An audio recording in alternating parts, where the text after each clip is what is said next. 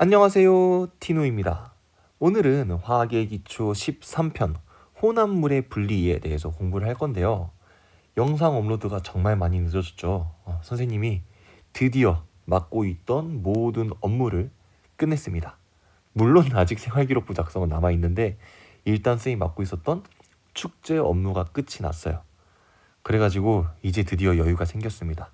근데 원래 선생님 평소에는 주말에 영상을 잘 안 찍으려고 하는데 이미 너무 밀렸잖아요. 그래서 지금 크리스마스인데 영상을 찍고 있습니다. 이것도 또 나름대로 되게 감사한 일인 것 같아요. 영상을 기다려주시는 분들이 있어가지고 또 이렇게 크리스마스에도 영상을 찍을 수 있다는 것이 좀 고마운 일입니다. 오늘 우리가 배울 혼합물의 분리 같은 경우에는요, 앞에 배웠던 물질의 특성과 아주 밀접한 연관이 있어요. 즉 지금부터 복습할 물질의 특성을 제대로 이해하지 못한다? 오늘 배울 혼합물의 분리는 완전 꽝이 되는 겁니다. 무슨 말인지 이해되시죠? 그래서 완벽하게 물질의 특성을 이해하고 혼합물의 분리까지 같이 공부해 보도록 하겠습니다. 저번 시간에 배웠던 물질의 특징은 용해도였어요. 근데 물질의 특성 같은 경우에는 항상 정의가 중요하다라고 이야기를 했었습니다. 용해도의 정의는 어떤 온도에서 용매 100g에 최대로 녹을 수 있는 용질의 그램 수이다. 근데 우리가 용해도의 정의에서 용매와 용질이란 단어를 처음 접했기 때문에 용어의 정의를 하고 넘어갔었죠. 용질은 다른 물질에 녹는 물질, 용매는 다른 물질을 녹이는 물질, 용해는 용질이 용매에 녹는 현상, 용액은 용질과 용매가 고르게 섞여 있는 물질이라고 했습니다. 그래서 여기 있는 이 오른쪽에 예시를 보고 이 네 가지 용어에 해당하는 각각을 정의할 수 있어야 이 내용을 완벽하게 이해한 것이다 라고 이야기를 했었죠. 지금 우리가 만들려고 하는 게 설탕물입니다. 그럼 설탕을 물에 녹여서 설탕물을 만들겠죠. 그래서 녹는 물질인 설탕은 용질, 설탕을 녹여주는 물은 용매, 설탕이 물에 녹는 현상은 용해, 그에 대한 결과로 만들어진 물질을 용액, 그래서 용질, 용매, 용해, 용액이 된다라고 이야기를 했었습니다. 그리고 용해도 같은 경우에는 온도와 용매의 종류 및 양에 영향을 받는다고 했습니다. 그래서 온도에 따라 용해도가 달라지고 용매의 종류와 양에 따라서 용해도가 달라지기 때문에 이 두 가지를 우리가 정의해서 신경을 써줘야 된다라고 했었습니다. 그리고 용해도에 대해서 조금 더 자세하게 보기 전에 포화, 불포화, 과포화 용액의 정의에 대해서도 공부를 했었죠. 포화는 최대로 녹아있는 거, 불포화는 아직 덜 녹아있는 거, 과포화는 그 이상으로 녹을 수 있는 양 이상으로 더 많이 녹아있는 용액 상태를 이야기를 한다고 했었습니다. 그거를 잘 확인할 수 있는 게 여기 있는 이 그래프였죠. X축은 온도, Y축은 용해도 값을 이야기를 하고 있는데요. 결국에 만약에 여기에 있는 요 점 주황색이 지금 잘 안 보이죠? 여기에 있는 요 점은 어떤 걸 이야기를 하는 거다? 여기에 있는 이 용질은 이 온도에서 물 100g에, 여기가 지금 정의가 물 100g이니까 물 100g이라고 하는 겁니다.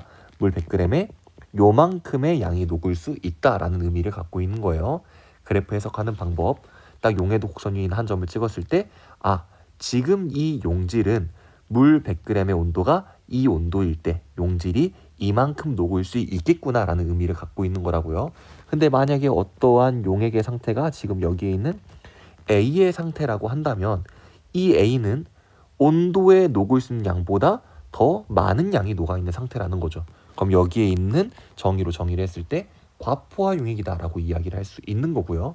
만약에 어떤 용액이 어떤 용액이 여기에 있다, 요 아래쪽에 있었다라고 한다면 지금 이 온도에서 녹을 수 있는 양보다 더 적게 녹아있죠.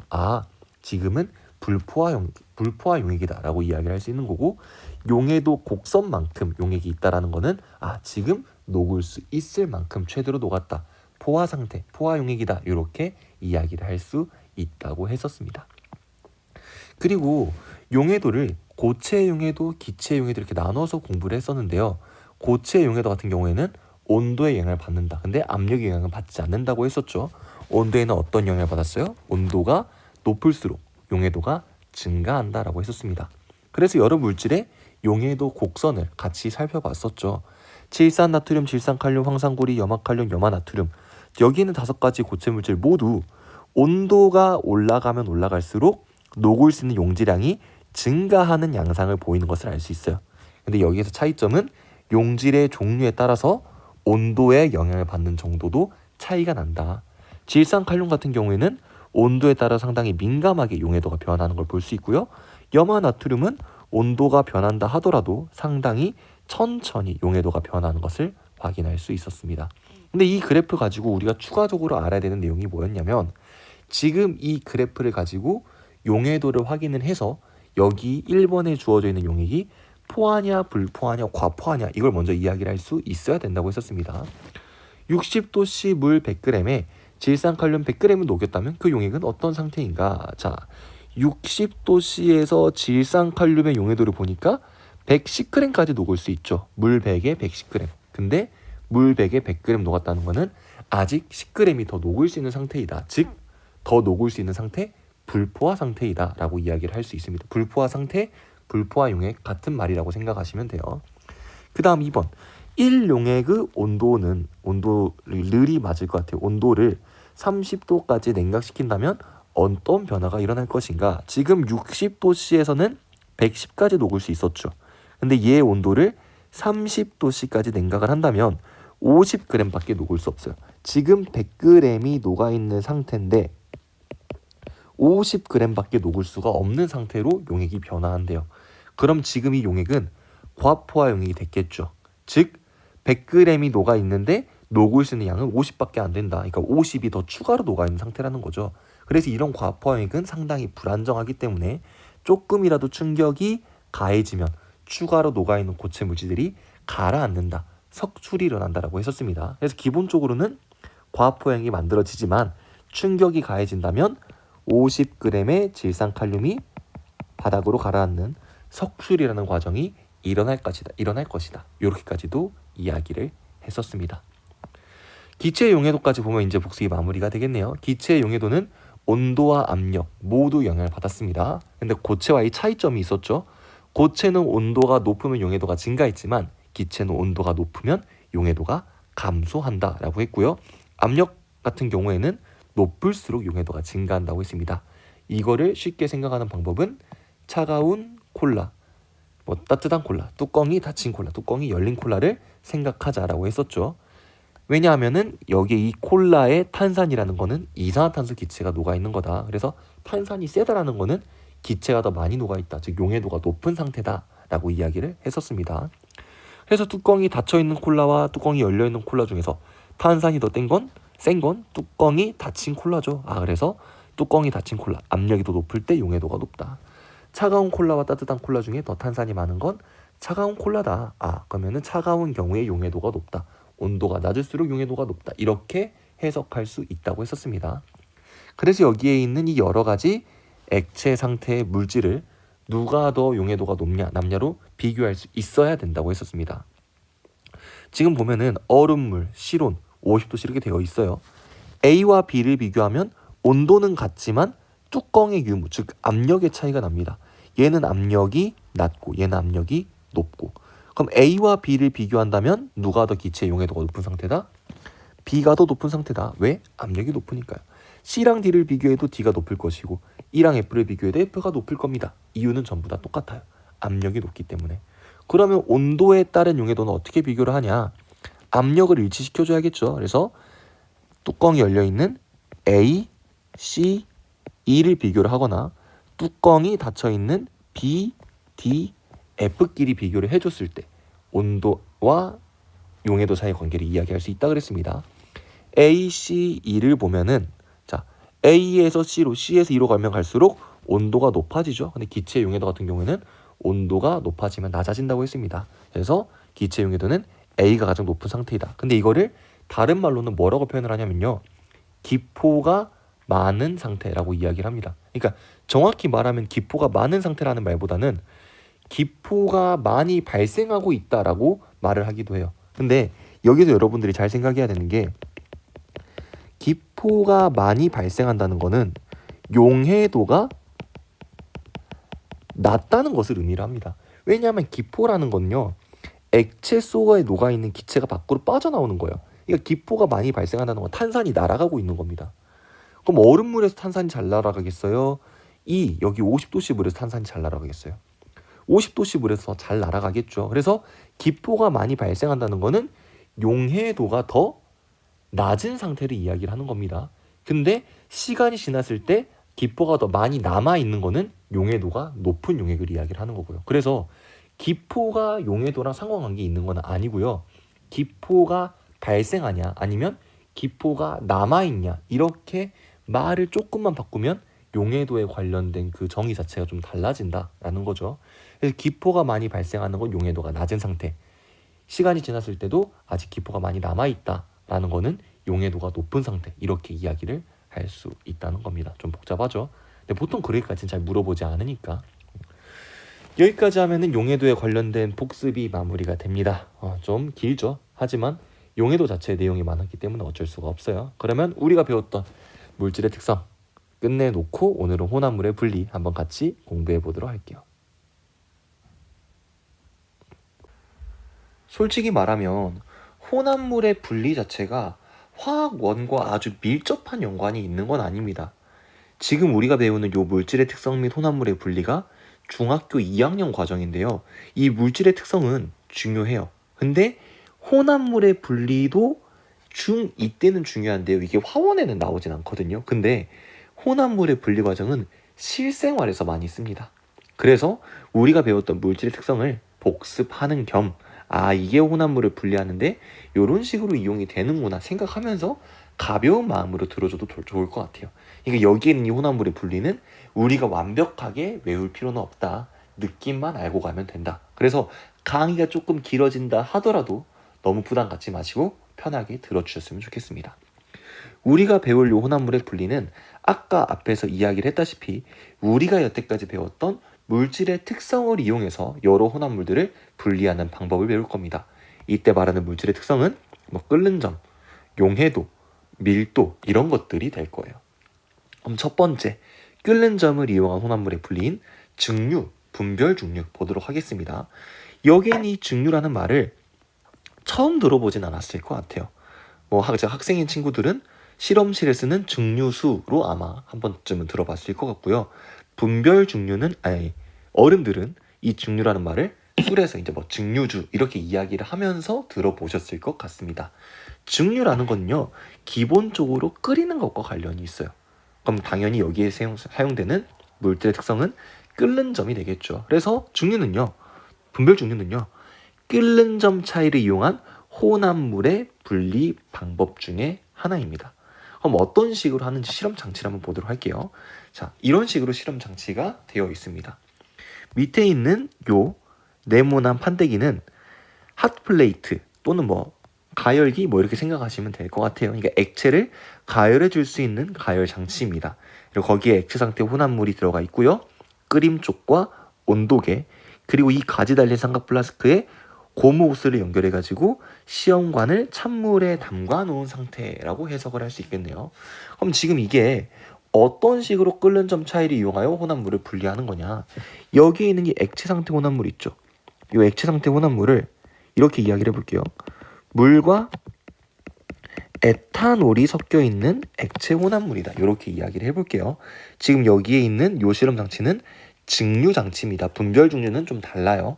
증류 장치가 이렇게 있을 때 내가 지금 물과 에탄올의 혼합물을 분류하고 싶어요. 근데 얘네들은요, 잘 섞입니다.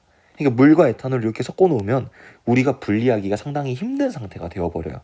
그럴 때 우리가 이용하는 게 끓는 점 차이를 이용해서 증류라는 방법을 이용하는 건데, 물의 끓는 점은 우리가 알고 있다시피 100도입니다.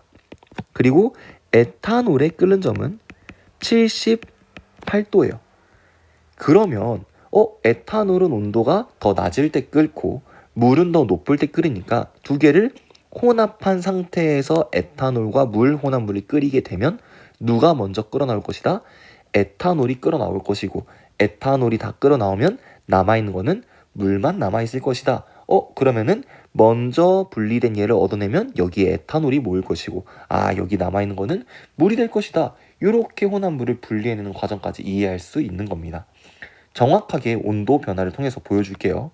여기 온도계를 다른 이유가 있습니다. 자, 액체 상태 혼합물을 끓여요. 그럼 온도가 이렇게 쭉 올라가다가 온도가 낮은 에탄올이 먼저 끓습니다. 근데 끓는 점의 정의 자체가 상태 변화가 일어날 때 온도가 일정하게 유지되는 온도잖아요. 근데 지금 보면 온도가 아주 일정하게 유지되진 않아요. 왜냐하면 에탄올이 끓고 있다 하더라도 물이 끓고 있는 건 아니죠. 물은 아직 끓지 않아요. 즉 혼합물에 있는 이 물의 온도는 추가적으로 올라갈 수 있는 상황입니다. 그래서 지금 여기는 에탄올은 끓고 있지만 그 에탄올과 섞여 있는 물은 끓지 않고 온도가 증가하기 때문에 78도에서 온도가 조금 증가하는 그래프가 그려진다라는 걸 알 수 있겠죠. 근데 여기에서 말을 보면 주로 에탄올이 끓어나온다라고 했습니다.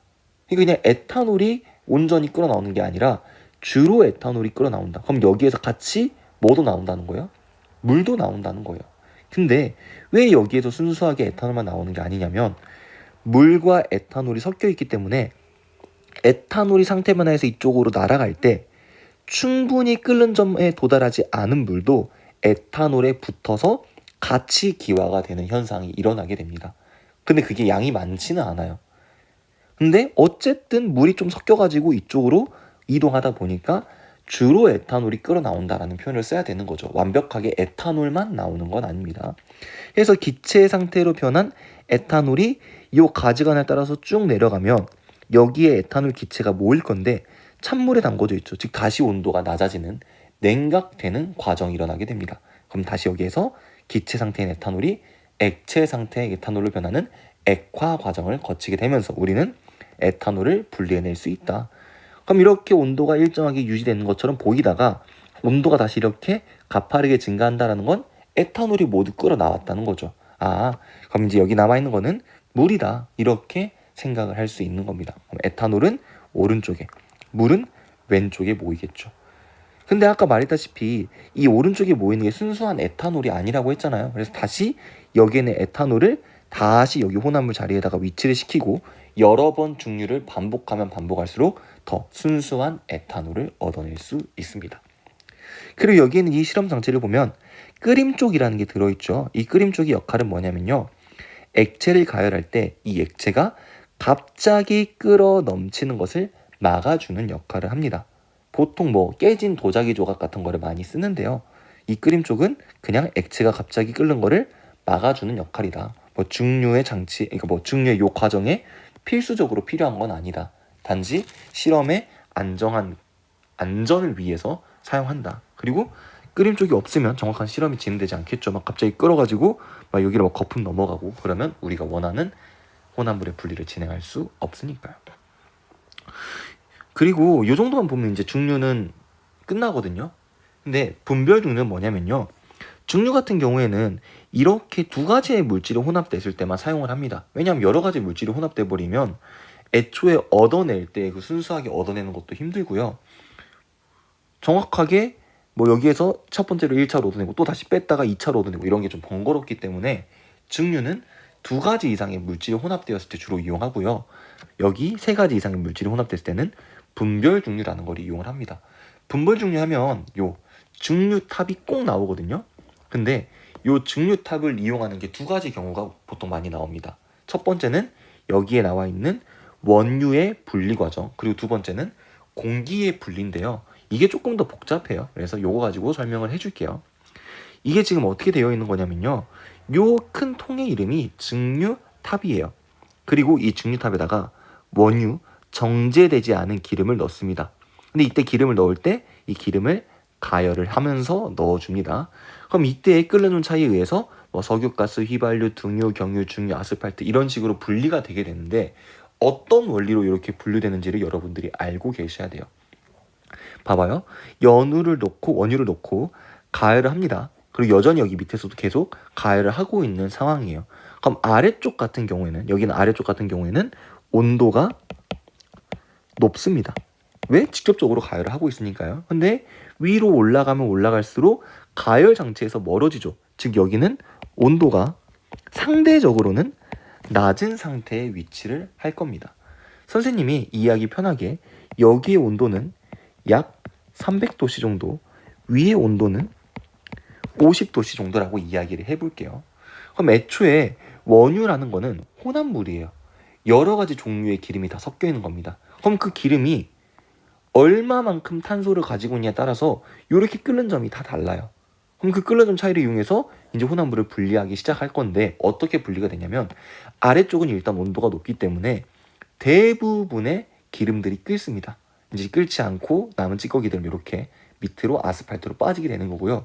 기본적으로 여기에서 액체들이 끓어요. 그러면은 여기에 있는 이 부분의 공간을 통해서 이렇게 쭉 밖으로 나오게 됩니다. 그럼 기체 상태의 기름이 또 위로 올라가요. 이렇게. 근데 여기에서 어떤 차이가 생기냐면 지금 아래쪽의 온도는 높아서 모든 기름이 충분히 끓을 수 있었지만 위로 올라가면 올라갈수록 온도가 낮아집니다. 즉 여기에서는 이제 끓지 못하는 기름들이 생기게 돼요. 예를 들어서 어떤 기름의 끓는 점이 250도라고 합시다. 그럼 지금 밑에 온도는 300도니까 끓을 수 있어요. 근데 딱 끓고 위로 올라왔더니 여기의 온도는 200도야. 그럼 얘는 못 끓겠죠. 그럼 이 기체 상태의 기름이 액체 상태로 변하는 액화 현상이 일어나게 됩니다. 그럼 그때 그 액체 상태의 기름이 아래로 먼저 빠지는 거예요. 즉 끓는 점이 높은 얘들이 아래쪽으로 먼저 빠지게 됩니다. 그럼 또 250도씩 얘들은 먼저 빠졌어. 근데 만약에 끓는 점이 뭐 100도 정도 되는 얘들은 여전히 끓고 있으니까 위로 올라가겠죠. 근데 이번에는 뭐 온도가 80도 이렇게 또 낮아졌어요. 그럼 또 그 기름은 끓지 못하니까 액체로 변하면서 옆으로 빠지고 또 여기에서도 못 끓는 거 빠지고 또 못 끓는 거 빠지고 마지막까지 끓어있는 얘들은 기체로 나오고 이런 게 증류탑의 원리입니다. 지금 이 과정이 어렵게 느껴진 사람은 잠깐 영상을 멈춰놓고 천천히 생각을 해봐요. 밑에는 온도가 높고 위에는 온도가 낮다. 끓는 점이 높은 얘들은 먼저 끓고 있다가 더 이상 끓지 못하고 빠지고 그 다음 끓지 못하고 빠지고 그 다음 끓지 못하고 빠지고 이런 식으로 천천히 인과관계를 생각을 해보면 요 분별증류탑도 쉽게 이해를 할 수가 있습니다. 그래서 이 분별증류탑은 두 가지 이상의 물질들이 섞여 있는 혼합물을 분리할 때 주로 이용을 하고요. 끓는 점 차이에 의해서 분리가 되며 아래쪽은 끓는 점이 높은 물질들, 위쪽은 끓는 점이 낮은 물질들이 분리가 된다. 이렇게 알고 계시면 될 것 같습니다. 여기까지 하면 끓는 점을 이용한 혼합물의 분리는 끝이 납니다. 증류와 분별증류 알고 계시면 좋을 것 같아요. 그럼 이어서 밀도차를 이용한 혼합물의 분리도 보도록 하겠습니다. 여기에서는 밀도 차이를 이용한 혼합물의 분리를 두 개로 나눠서 볼 거예요. 고체 혼합물을 분리하냐, 액체 혼합물을 분리하냐. 지금 여기 먼저 써지는 것처럼 고체 분리 방법을 먼저 보도록 할게요. 고체 A와 B가 섞여 있을 때 밀도 차이를 이용하여 고체 A, B를 분리하고 싶습니다. 이때 어떤 조건이 필요하대요. 근데 이 조건을 보기 전에 선생님이 여기에 만화 영화에 사용됐던 예시를 하나 가지고 왔습니다. 지금 이 장면 혹시 이것만 보고 지금 이 애니메이션의 어떤 화에 어떤 상황인지 아마 아시는 분은 평소에 좀 만화를 많이 좋아하시는 분이 아닌가 이렇게 생각을 합니다. 선생님이 딱 여기 밀도 차이를 이용한 고체 혼합물의 분리를 설명하려고 PPT를 만들 때 딱 바로 이 장면이 생각이 나더라고요. 이게 지금 검정 고무신이라는 애니메이션 중에서 기영이와 기철이가 어머님께 어버이날에 쌀밥을 지어드린다. 자기들이 식사를 다 준비할 테니 어머님은 집에서 쉬고 계셔라 하면서 이제 나오는 그 에피소드 중에 나오는 하나의 장면인데요. 쌀밥 지으려고 기철이가 키질을 막 합니다. 근데 키질 하다가 이렇게 쌀을 엎어요. 그래가지고 기영이가 걱정을 하죠. 형, 우리 이제 망했다. 이제 이 쌀에 흙 섞이면은 우리 어떻게 쌀밥 하냐 하니까 기철이가 걱정하지 마. 요렇게 조리질하면은 분리할 수 있어 하면서 지금 표정 보세요. 아주 자신감이 가득 차 있죠. 기영이도 봐봐요.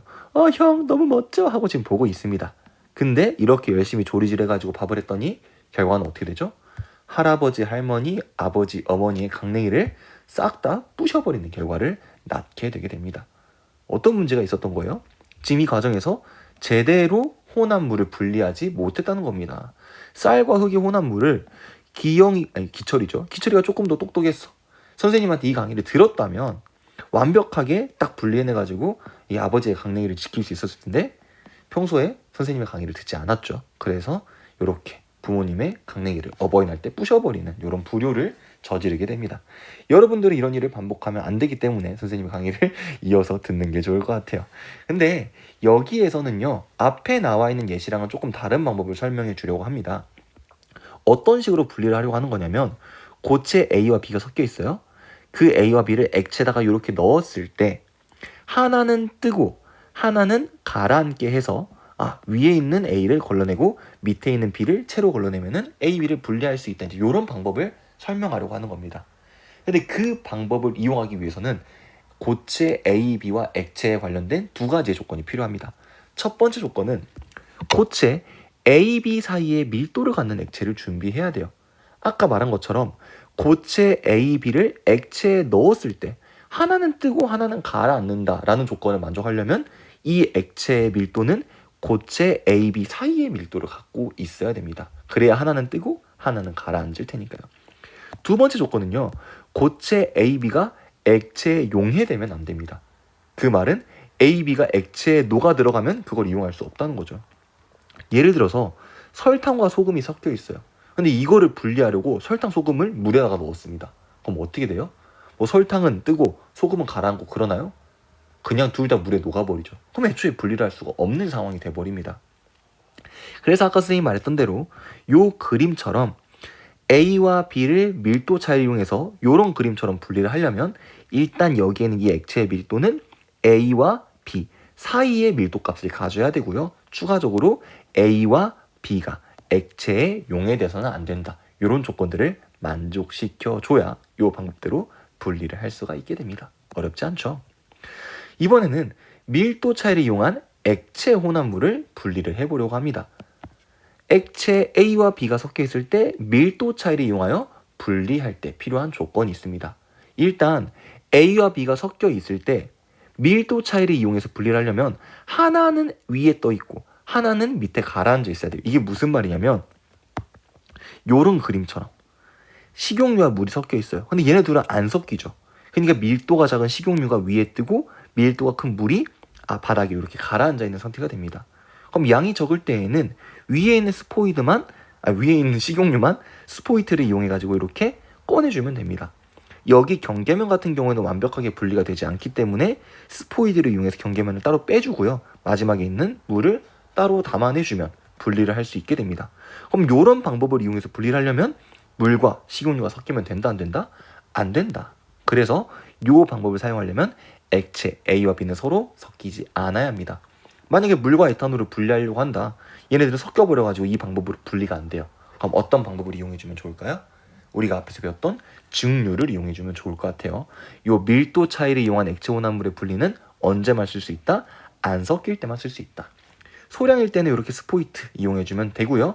대량일 때에는 여기에는 요 실험 장치를 써주면 되는데 요 장치 이름이 분별 깔때기입니다. 분별 깔때기는 이렇게 꼭지 그리고 마개 그리고 여기는 이 몸통 부분으로 이루어져 있는데요. 마찬가지로 물과 식용유 혼합물을 요 안에다가 담습니다. 근데 여기는 이 꼭지를 열면 밑으로 이렇게 쭉 빠져요. 그래서 잠궈 놓은 상태에서 요 마개 쪽으로 깔때기를 이용해서 요렇게 용액을 넣어줍니다. 그리고 여기에서 주의할 점, 마개를 닫은 상태에서 꼭지를 열면 안 돼요. 그럼 압력 차이 때문에 갑자기 밖에 있는 공기가 안으로 이렇게 빨려오게 됩니다. 이거는 듣고 싶은 사람만 들으면 되는데요.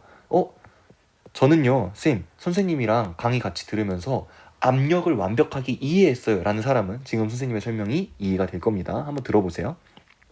만약에 마개를 막은 상태에서 밑에 꼭지를 돌려서 아래쪽에 있는 물을 빼낸다고 한번 생각을 해봅시다. 그러면 밀도가 큰 물이 아래쪽으로 이렇게 쭉 빠지면서 위쪽에 있는 공간이 넓어지게 돼요. 근데 마개가 막혀 있다 그랬죠. 그럼 지금 위쪽에 공기가 새로 들어올 수 있어요, 없어요? 없어요. 그 말은 여기에 공기의 양은 정해져 있는데 공기가 차지하는 공간이 넓어지고 있다. 즉 공기가 용기 벽면에 충돌하려면 더 많은 거리를 움직여야 된다. 즉 압력이 낮아지게 된다는 겁니다. 그래서 마개를 막고 밑에 있는 용액을 빼게 되면 용기 내부의 압력이 낮아지면서 밖에서 누르는 대기압이 훨씬 더 강해지는 상황이 만들어지게 됩니다. 그래서 그 밖에서 있는 이 대기압, 공기가 여기 있는 이 액체를 미는 힘이 상대적으로 요 힘보다 강해지면서 밖에 있는 공기가 안쪽으로 빨려 들어오면서 여기에서 소용돌이가 일어납니다. 그럼 여기에는 이 경계면이 좀 흐트러지면서 우리가 원하는 혼합물의 분리를 진행할 수가 없게 돼요. 즉 위에를 막아놓고 꼭지를 연다라는 건 위의 압력이 낮아지게 된다. 그래서 우리가 원하는 혼합물의 분리를 잘 활용할 수가 없다는 거죠. 이해되시죠? 그래서 이런 식으로 장치를 해놓고 분리를 할 때에는 마개를 열은 상태에서 분리를 해줍니다. 근데 아까랑 마찬가지로 요 경계면은 확실히 우리가 분리를 해낼 수 없기 때문에 아래쪽에 있는 거를 꺼내주고 여기에는 비커 뺀 다음에 다시 빈 비커 가져와서 경계면은 버려주고 위에 있는 거는 굳이 밑으로 뺄 필요 없습니다. 위쪽으로 덜어내주면 돼요. 이런 식으로 액체 혼합물도 밀도 차이를 이용해서 분리할 수가 있다. 근데 전제 조건이 뭐예요? 둘이 섞이지 않아야 한다. 이게 전제 조건이 되어야 됩니다. 여기까지 하면 밀도 차이에 의한 액체 혼합물의 분리도 끝이 납니다. 이제 아직 우리가 어떤 특징 안 썼죠? 용해도 안 썼죠. 용해도도 볼까요? 근데 용해도라는 개념 자체가 어려웠잖아요. 그래서 지금 여기에서 우리가 다룰 재결 정도 조금 난이도가 있습니다. 근데 너무 걱정할 필요까지는 또 없어요. 왜 너무 걱정할 필요가 없어요? 누가 알려주고 있어요? 티노가 알려주고 있으니까 그렇게 걱정할 필요가 없습니다. 너무 머쓱하네요. 저도 이런 거 한번 해보고 싶어가지고 해봤습니다. 자, 재결정은 온도에 따른 고체의 용해도 차이를 이용하여 혼합물을 분리하는 과정인데요. 쉽게 말하면 석출을 이용하는 겁니다. 근데 어떤 식으로 이용을 하냐에 따라서 방법이 두 가지로 나눠지거든요. 첫 번째는 불순물이 섞여 있는 고체를 용매에 녹인 다음 용액의 온도를 낮추어 분리하는 방법이 하나 있고요. 두 번째는 불순물이 섞여 있는 고체를 용매에 녹였을 때 녹지 않는 불순물을 제거하고 용배를 증발시켜서 분리하는 방법으로 나눌 수 있습니다. 지금 여기 위에는 1번 방법이 석출을 이용하는 거고 2번 방법은 다른 방법을 이야기하는 거예요. 근데 이렇게만 써놓고 이야기를 하면 무슨 말인지 감이 안 와요. 티노 여기까지가 한계인가 이런 이야기가 나오는 거죠. 그래서 하나씩 뜯어서 보도록 하겠습니다. 1번은요. 뭐에 초점을 맞춰야 되냐. 얻고자 하는 물질의 용해도가 온도에 따라서 용해도 차이가 크게 변할 때 사용한다. 여기에 초점을 맞춰줘야 됩니다. 두 번째는요. 불순물이 용매에 용해되지 않을 때 이때 사용하는 방법입니다. 여전히 모르겠죠. 정확하게 뜯어서 보도록 할게요. 아까 말한 것처럼 불순물이 섞여 있는 고체를 용매에 녹인 다음 용액의 온도를 낮추어 분리하는 방법에서는 뭐라고 했었어요? 온도에 따른 용해도 차이가 민감하게 변화할 때 사용할 수 있다고 했었습니다. 예시로 염화나트륨 20g, 붕산 20g이 고르게 섞여 있는 혼합물이 있습니다. 근데 염화나트륨과 붕산의 용해도 그래프를 보면요. 이렇게 생겼어요. 염화나트륨은 온도에 따라서 변하는 용해도의 변화가 상당히 둔해요. 붕산 같은 경우에는 상당히 민감하게 변화합니다. 쉽게 말하면 얘는 석출 잘 안 일어나요. 왜? 석출이 일어나려면 온도를 낮췄을 때 용해도가 크게 떨어져가지고 과하게 녹아있는 용질이 생겨야 돼요. 근데 염화나트륨은 그런 게 잘 안 만들어지겠죠. 그래서 얘는 석출이 잘 안 됩니다. 근데 붕산 같은 경우는 어때요?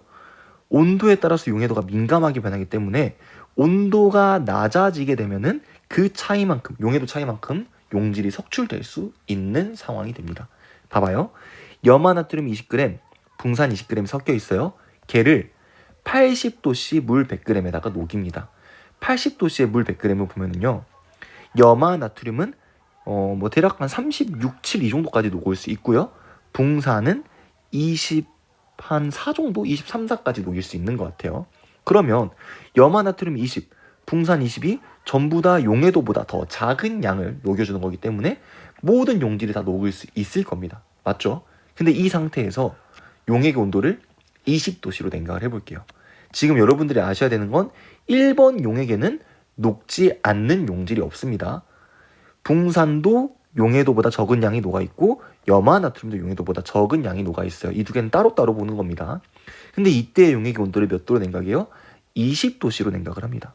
여기까지. 그럼 봐봐요. 염화나트륨은 20도씨에서 용해도가 35.9래요. 즉 아직도 용해도보다 적은 양이 녹아있기 때문에 얘는 석출이 일어나지 않아요.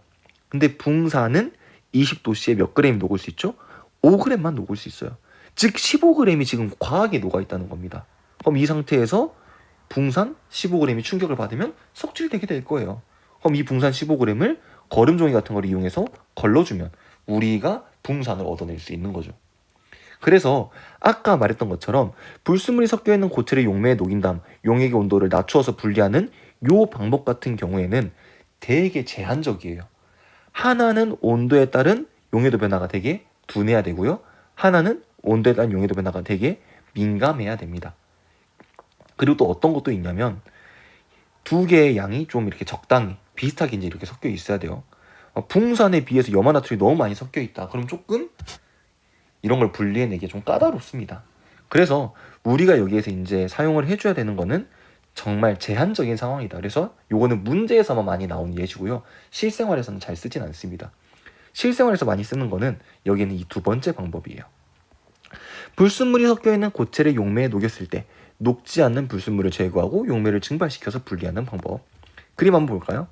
자, 천일염 같은 경우에는요, 우리가 바로 그 염전에서 첫 번째로 얻어낸 소금을 이야기를 합니다. 즉 불순물이 많이 섞여 있어요. 근데 이 천일염을요, 물에다가 놓게 되면 여기에 있는 소금 성분은 물에 잘 녹으니까 다 녹아요. 근데 약간 찌꺼기 같은 게 물에 잘 안 녹겠죠. 그럼 그 찌꺼기를 거름 종이를 이용해서 한번 걸러주는 겁니다. 소금은 이미 물에 녹아있는 상태이기 때문에 아래로 쭉 이렇게 소금물 형태로 빠질 거고요. 여러 가지 불순물들이 위에 이렇게 걸릴 거예요. 그럼 밑에 있는 건 순수한 소금물이니까 이 걸은 용액을 뭐 핫플레이트로 가열해서 날려보내거나 아니면 자연 상태로 그냥 천천히 증발시키게 되면은 아래쪽에 고체가 남게 됩니다. 왜냐하면 증발이라는 건요, 소금물이 날아가는 게 아니라 물만 날아가는 거예요. 그럼 결국에 바닥에 소금이 남는다. 아, 그럼 여기에 있는 여러 불순물들을 제거할 수 있다라는 결론을 얻어낼 수 있죠. 우리가 앞에 썼던 첫 번째 방법과 차이점은 뭐냐면, 첫 번째 방법은요, 온도에 따른 용해도 변화를 이용하는 거고요. 두 번째는 그냥 용매에 따른 녹는 용질, 녹지 않는 용질, 이거 이제 나눠가지고 분리를 해주는 겁니다. 좀 차이가 있어요. 근데 둘 다 우리가 재결정이라고 이야기를 합니다. 여기까지 보면은요, 이제 용해도를 사용한 혼합물의 분리는 끝납니다. 생각보다 어렵지 않죠? 되게 간단해요. 근데 지금 여기에서 우리가 다룰 요 크로마토그래피는요, 우리가 여태까지 배우지 않았던 물질의 특성을 이용합니다. 그때 우리가 말하는 물질의 특성은 뭐라고 하냐면요, 용매에 따른 이동 속도 차이라는 물질의 특성을 이용해가지고 혼합물을 분리하게 되는데요.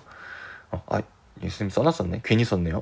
용매에 따른 용질의 이동 속도 차이를 이용하여 혼합물을 분리하게 된다. 이게 무슨 말이냐? 요 그림을 한번 볼게요. 이건 아마 여러분들이 어렸을 때 실험을 해본 적이 있을 것 같아요. 어떤 식으로, 잠깐만요. 다리에 지금 쥐가 날 것 같아가지고. 잠시만요. 이게 앉아서 강의를 찍고 있는데 이게 좀 갑자기 자세가 좀 불편했나봐요. 다리에 쥐가 나네. 이제 괜찮아졌습니다. 어느 정도 좀 응급처치가 된 것 같으니까 이어서 설명을 할게요. 지금 여기를 보면은 지금 왠지 오늘 영상은 약간 이게 강의 영상 플러스 약간 개그 영상이 되고 있는 것 같아요. 의도한 건 아닌데 뭐 크리스마스 기념으로 뭐 이런 여러 가지 소스도 들어가는 것도 나쁘지 않겠죠. 이어서 할게요. 여기에 있는 요 실험 장치가 어떻게 된 거냐면요, 지금 여기에 찍혀 있는 요 혼합물 있죠. 이거는 그냥 우리가 쉽게 검정 사인펜이라고 생각을 합시다. 검정 사인펜. 어떤 상황으로 지금 장치를 한 거냐면요, 눈금 실린더에다가 고무 마개로 이제 입구를 막고요. 막기 전에 이제 이런 용매를 넣어줘요. 뭐 물이라고 생각을 할까요? 물이 지금 담겨 있습니다. 그리고 고무 마개에 거름 종이를 위에서 쭉 이렇게 내려서 고정시킨 모양이에요. 근데 그 상태에서 거름 종이의 요 끝부분에 검정 사인펜으로 이렇게 점을 찍어준 거고요. 거름 종이의 끝부분은 용매에 담기도록 장치를 한 겁니다. 근데 어쨌든 거름 종이도 종이기 때문에 이 상태로 방치해 놓게 되면 밑에 있는 물이 쭉 이렇게 빨려서 위로 올라오게 되거든요. 근데 이때 어떤 변화가 일어나면 용매가 위로 이렇게 올라오면서 여기에 있는 이 혼합물의 성분 물질을 녹이면서 위로 올라가게 돼요. 물론 여기에 찍혀있는 검정 사인펜이 유성 사인펜이었다면 녹지 않겠지만, 수성 사인펜이라고 생각을 한다면 용매가 물이 이렇게 쭉 타고 올라가면서 여기 있는 사인펜을 녹이면서 이렇게 같이 올라갈 겁니다. 근데 이때 이 검정 사인펜이라는 건요, 하나의 성분으로 이루어진 게 아니에요. 여기에 뭐 A라는 성분도 있고 B라는 성분도 있고 C라는 성분도 있는 이런 여러 가지 성분이 섞여 있는 겁니다. 근데 여기에 있는 이 용매에 A, B, C가 이동하는 속도에 차이가 있어요. 이게 무슨 말인지 잘 이해가 안 될 수가 있는데, 용매가 이렇게 쭉 타고 올라갈 때 이 용매와 같이 이 용질도 따라서 이동을 하게 되는데요, A, B, C가 이동하는 속도가 전부 다 다릅니다. 그러니까 이제 빨리 이동하는 얘들이 있고 느리게 이동하는 얘들이 있어요. 그래서 성분 물질, 얘를 구성하고 있는 성분 물질이 용매를 따라 이동하는 속도가 다르기 때문에 이렇게 여러 가지 물질들로 분리가 되게 됩니다. 근데 보통 이렇게 가까이에 있진 않고요. 이렇게 좀 떨어져 있어요. 지금 이거는 이렇게 가까이 찍혀 있는 상황은 뭐냐면 분리되고 있는 과정을 보여주고 있는 겁니다. 그러니까 밑에 있는 A는 아래쪽에 있죠. 천천히 이동하고 있는 거고요. 위에 있는 녹색은 빠르죠. 더 위쪽에 있으니까 더 빠르게 이동하고 있는 겁니다. 근데 이 A하고 B가 끝까지 쭉 따라 올라가는 게 아니라요. 얘네들이 올라갈 수 있는 한계가 있어요. 그래서 물이 이렇게 쭉 빨아 올라가다 보면은 A는 여기에서 멈추고 B는 여기에서 멈추게 됩니다. 그리고 보통 검정 사인펜 같은 경우는 하나의 색으로 이루어진 게 아니라 여러 가지 색으로 이루어진 것 같기 때문에 이루어진 물질이기 때문에 이렇게 색깔이 다른 점들이 나타나게 돼요. 그러면 여기에 성분 물질 하나, 여기에 성분 물질 하나가 있다라고 결론을 내릴 수 있는 거죠. 근데 여러분들이 여기서 주의해야 될 점이 하나가 뭐냐면요. 이동 속도는 B가 더 빠르다. 근데 여기에 있는 이 혼합물은 A와 B로만 이루어져 있다. 이렇게 결론을 내리면 안 돼요. 왜냐하면 B보다 이동 속도가 더 빠른 애가 있을 수도 있겠죠. 그럼 걔는 아직 여기에 찍혀 있지 않아 있는 상태일 수 있어요. 그러니까 지금 더 위로 올라가서 찍히는 얘들이 있을 수도 있다는 거죠. 그래서 이렇게 실험 결과가 나올 때는 우리가 몇 가지의 물질로 이루어져 있다고 하냐면 최소 2가지의 물질로 이루어져 있다고 이야기를 합니다. 왜? 아직 나타나지 않은 C라는 물질이 있을 수도 있으니까요. 물론 없을 수도 있지만 있을 수도 있기 때문에 최소 2가지라는 표현을 쓴다. 그래서 이 크로마토그래피라는 방법은요. 여태까지 우리가 배우지 않았던 새로운 물질의 특성을 이용해서 분리하는 방법이고요. 보통은 이런 식으로 많이 이용을 합니다. 근데 얘의 한계점이 뭐냐면요. A하고 B가 있다는 거는 확인할 수 있는데 A와 B를 분리해낼 수는 없어요. 그러니까 우리가 얻어낼 수는 없어요. 그러니까 앞에서 우리가 봤던 증류, 분별 증류, 밀도 차이를 이용한 분리, 재결정 이런 것들은 우리가 원하는 물질을 얻어낼 수 있었잖아요. 근데 크로마토그래피는 그렇지 않다는 거죠. 그래서 크로마토그래피의 특징 2가지 보고 갈게요. 첫 번째, 성질이 비슷하거나 복잡한 혼합물, 매우 적은 양의 혼합물도 분리가 가능하다. 그러니까 여기에 있는 이 혼합물이 10개가 섞여 있어도 이 10개의 성질이 상당히 유사하더라도 용매에 따른 이동 속도는 차이가 나기 때문에 충분하게 긴 기름 종이하고 이런 실험 정치를 할 수 있는 이런 조건만 갖춰진다면 몇 가지의 성분으로 이루어진지 다 알아낼 수가 있습니다. 그리고 많은 양이 필요하지 않아요. 조금만 있더라도 이렇게 다 나타나게 됩니다. 그래서 이게 장점이에요. 근데 아까 말한 것처럼 직접 얻어낼 수는 없다는 거. 그리고 크로마토그래피가 생각보다 결과가 빨리 나옵니다. 물이 되게 빨리빨리 올라가요. 그래서 분리 방법이 간단하고 분리하는 데 걸리는 시간도 짧다. 그래서 우리 실생활에서 이 크로마토그래피는 언제 많이 이용하냐? 도핑 테스트 할 때 많이 이용합니다.